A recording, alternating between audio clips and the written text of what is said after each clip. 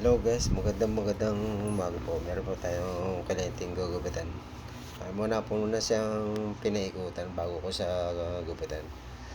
Gumamit po muna ako ng number 2 paper guard sa ibabaw.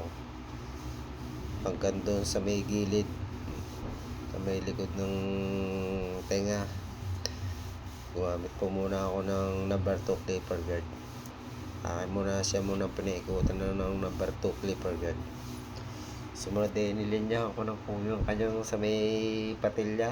Takin na po dito po siya. Babawasan yung mga gupit niya. Sinero close ko muna yung kanyang mga linya. Tinanggal ko muna yung mga nakalawit na buhok. Para sa paggugupit ko, alam ko na kung saan ako magsisimula. Sumunod ginamit ako na po siya ng Numedia clipper guard. Tinaasan ko para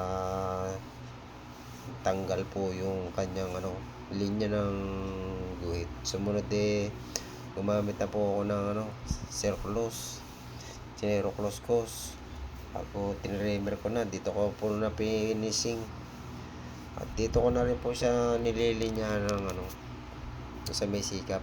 Tinanggal na po yung mga balibong po sa likod ng tenga, sa balibong pasok, sa balibong buhok sa batok. At akin na pong nililinis. Hindi na nga niya pina-line up yung kanyang noo. Ayaw niya, mataas na po daw yung kanyang hairline Kaya ito, hanggang dito na lang po. Maraming po salamat. Semi-kalbong dos po ang pinagubot niya sa akin. Sige po, hanggang dito lang. Maraming salamat po.